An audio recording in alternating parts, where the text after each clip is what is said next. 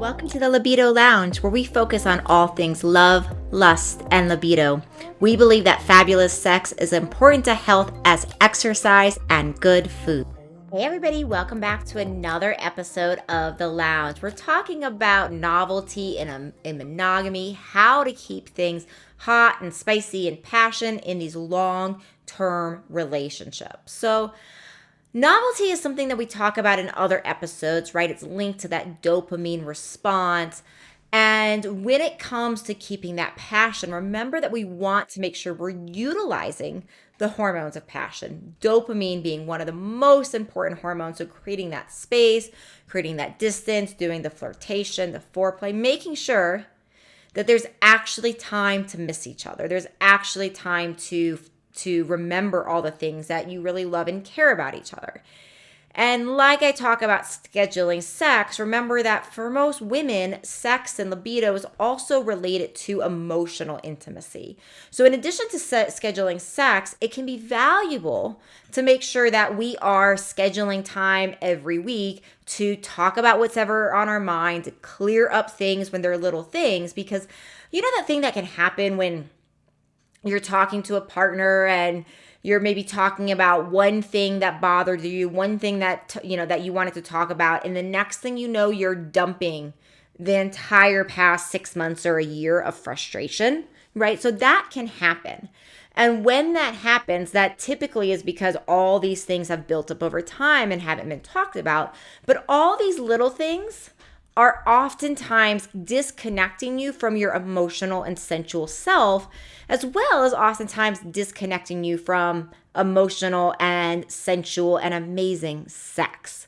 So just like we want to schedule sex, we also want to schedule time once a week, once every other week, to really talk about what's on our mind. Remember, there's earlier episodes where I talk about things such as in episode 25 and 26 of how to handle having these difficult conversations with a partner, how to do that. So we don't need to repeat that information that's already in here in earlier episodes.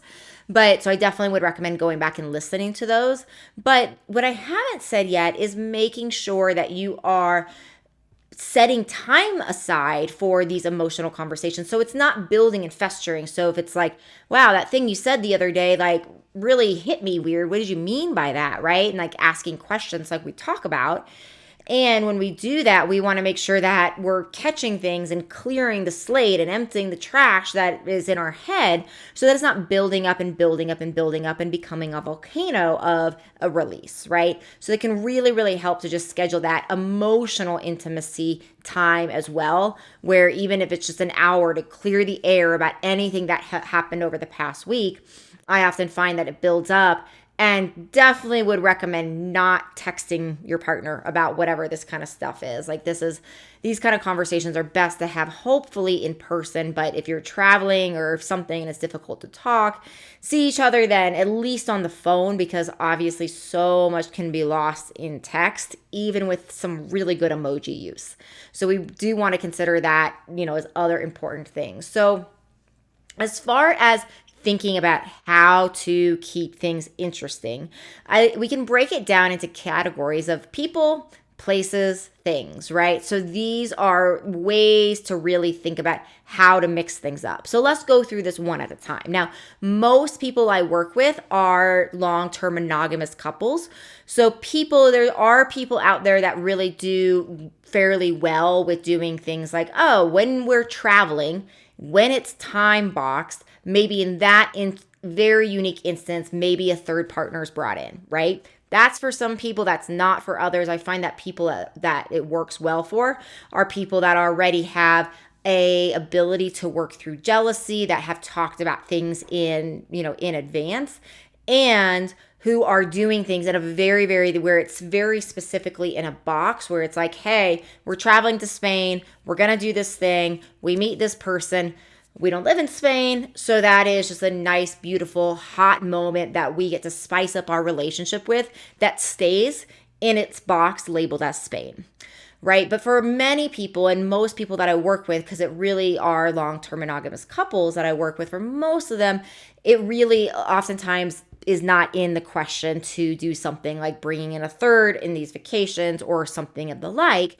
So another way of sometimes making it interesting is very simple things. Wearing a wig. Like wearing a wig can really change things. Role playing, right? If you've never tried role playing can be totally awkward the first time that you are trying it, but it can also be really hot. So another way of keeping it hot in monogamy is doing, and role playing can be going out and having a cocktail and pretending you're a stranger at the bar. Role playing can be done in the privacy of your own home, your own bedroom. It can be done very elaborately with scenes and wigs and outfits. It can be done very simply with just an idea and playing a character. So this is where it becomes like super useful to have these kind of conversations. And the conversation is like, what are your fantasies, right? What are the things that you have fantasized about, maybe that you've never told me? If you could have sex with a famous actress, who would it be? If you could pick up a stranger in public, like what type of stranger would it be? Would it be would it be somebody at a conference? Would it be somebody at a sporting event? Would it be a sports star? Would it be, a secretary? I'm saying some of these things that are very cliche, but it doesn't matter. The point is, like, it's not, some of the answers may be cliche, some maybe not be, but that's not the point. The point is, what is your partner's fantasy? And then can you get into the hotness of role playing a scene out or a few scenes out of what that might look like? So that's a very easy way of not bringing another human, of creating this novelty with the new person. Remember, easy ways of creating novelty, think person, place, or thing. And so an easy way of creating the person is to role play. So plus you get to learn about new interesting fantasies of your partner, and it can be really fun and really hot. And if you start this again, like sometimes it can be awkward. Sometimes it doesn't go, correctly. Sometimes somebody slips. Sometimes somebody falls out of their chair. Like things happen. So the point is to have fun, to, just almost have that playful childlike energy. And just be okay with however it turns out. Maybe it's the hottest thing in the world. Maybe it's not. But regardless, even if you try something and it doesn't work out, and you can both go into this with like, wow, how amazingly cool is it that we are exploring this together, right? How freaking cool is it that we're exploring this together? The more that you can do that, that opens up this whole world of novelty. Okay, then we have places. So places are another way to think about novelty and passion and bringing new things in the context of your sexual life. So you can definitely do things like having sex at, in public places, in the woods, when you're on a hike, hiking back deep into the woods, airport bathrooms, right? There's a lot of different ideas you can do publicly, and those can be very fun. Some people don't like that. Some people think the idea of perhaps doing anything publicly and risking getting caught is just too scary, and that actually does negative things for their libido and their safety. So, think about this. But this is another time to ask questions, right? If you could have sex anywhere in the world, where would it be? You might have an answer that's very difficult to, get to, like on top of Mount Everest, right? Probably not going to happen. Plus, it's really cold up there. So essentially the idea with this is like, you want to get the conversation rolling. Okay, well, realistically that could be cool, but for some people, probably not for me, but realistically that could be very cool for some people, but that's not practical. It's not going to happen. So then follow-up questions are things like, okay, well, within the context of what we can access sometime over the next month, right? Where would be the biggest fantasy of some place that we could have an intimate moment together? And if you like the idea of being in public, but you're scared of getting caught, maybe, you do something in public at, like in the woods or in the airport bathroom or wherever, and you just leave your clothes on and you're just enjoying foreplay, right? Even that, somebody opens the door, they're not catching you doing anything that's like really a big deal. So that can also be a way of enticing that. Maybe it's just public foreplay, right? Public hidden foreplay, hopefully behind closed doors and that sort of thing. But from that standpoint, beyond there, if places outside of your home don't sound good, what places inside your home have you never made love in? Like rooms, closets, chairs, right? Different types of chairs, different places around your house. Like, have you had sex? Have you had an intimate moment in every single room in your house? If not, you have a lot of places inside your house. Also, even very simple things like going to hotels. Going to hotels and making love in a hotel can really open up so much. There's just so much new energy, right? You don't have to leave town. You can just go to whatever your local hotel is, whatever you can afford. If it's super swanky, if it's not at all, like whatever works into, and even if you can afford super swanky, sometimes going to some a little more grungy places for some people, that can light up something libido wise. So again, this is your journey. It's like, it's your choose your own adventure. So that's places. So things. So things can be so many different things. So we talk about sex toys and massagers and those sorts of things on here. And we've already talked a lot about those. We'll continue to talk about those types of things over the years. So those are examples of things. Things can be different types of lube.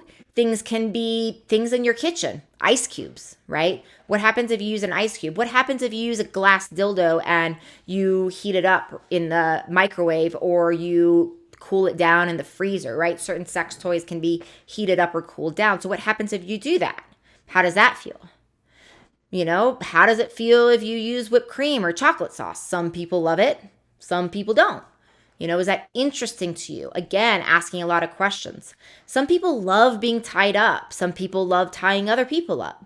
If you've never done it, like, it's an interesting thing to try, right? Some people love the idea of being whipped, like with a crop. Other people don't.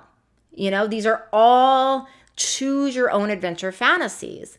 But sometimes we don't know for sure if we like things until we try them. So, you can ask questions like, what is the wildest sexual toy that you can ever imagine bringing in the bedroom? Would it turn you on if we did this, right? The other thing with things are also, thinking about different positions. We could maybe put that in things, maybe put that in locations, but different positions, even thinking about things like if you've never tried anal sex, maybe you want to try anal sex, right? And some of those things are very interesting in research. Like we see that the most common age to start trying anal sex is in the 40s. And I think this was probably because people oftentimes have been together for a while. They were looking for something new. And it's a very different explorative experience to have anal sex versus vaginal sex, right? It can open up a lot of different new sensations, right? There's a lot of like this deep sense of letting go. There's a lot of relaxing. There's a lot of trust. There's a lot of safety. There's oftentimes a lot of foreplay that goes into this, warming the body up, right? So there's so many things that go into this that can actually be very, very, very hot, very, very, very sexy. So we want to make sure we consider all of these different types of things, right? Could we do it a different position? Could we try a different lube? Have you ever had a mirror? Have you ever had a mirror on your ceiling? Have you ever had a mirror on the wall next to you, right? All of these different things can add so many different layers. And then, of course, you can combine them, right? So now we can combine maybe people and things. So now all of a sudden you're role playing and you are using a new toy, right? So the more, if you think about people, places, and things and how many different diverse role-playing scenes or location scenes or different things you can bring in, different positions, and you think about how many different combinations of these sorts of things there are, we could probably come up with a pretty intimate number. And it's just that so many times in these long-term relationships and it's like the human tendency is to become a creature of habit. We do what we know. Oftentimes we do what is normal and natural. And really the way of continuing that passion is to find things that are new. And so I would encourage you to think about this and have this people, places, and thing conversation with your partner around like, what are your fantasies in these categories? And if you do this well and you do this, sometimes it's a fun date night, like get a bottle of wine, have candles. Even if you're, in a situation with a lot of kiddos around, kiddos are in bed, it's, 9 o'clock at night, maybe you're tired, but have a glass of wine under candlelit and just have this sexy conversation and get those juices. And then whenever you decide what your next adventure is going to be, then the idea is maybe you're starting, if it's a role play thing, maybe you're starting to get into character here and there and in these tiny moments, right? Maybe you're talking about it. Maybe you're flirting about it. So it gives this sense, even from a flirtation standpoint, it's so often in long-term relationships, we stop flirting with the partner. So how do we begin flirting again when so much time has passed? This is one way. Right? Because when we are finding this novel thing, it brings us together around like, oh, we can talk about that thing that maybe is a little naughty we're going to do later, right? So it gives material, right? It's easy in the beginning of relationship to flirt because there's so much new material, but if you said so many of these flirty things before, it's so easy in longer term relationships to just like feel like maybe you ran out of material. Well, here's new material for you. Person, place, thing. What are the sexy things? Now let's use this to build in that flirting, that builds in that foreplay, that builds in that dopamine, that desire, all of that. And that's one way of how we get our passion back in these relationships. Of course, it takes two to tango, right? So of course, this only works if we have a partner that is, willing to have this person, place conversation, with you and create this. But if you do, this is a total win because there's so many places that a sexual relationship and an intimate relationship can go from here. Okay, everybody, I love talking about all this stuff. It's been really fun to do another episode with you all. And make sure you do let your friends know about all of this information and about this podcast. And I look forward to hearing and seeing you in another episode. Again, I'm Dr. Diane, reminding you to stay classy, stay sexy, and always be a little badassy. Thank you for listening to the Libido Lounge. Please don't keep me a secret. Please share this with your friends. You can find me on YouTube, on Instagram, as well as how to work with me at mylibidodoc.com.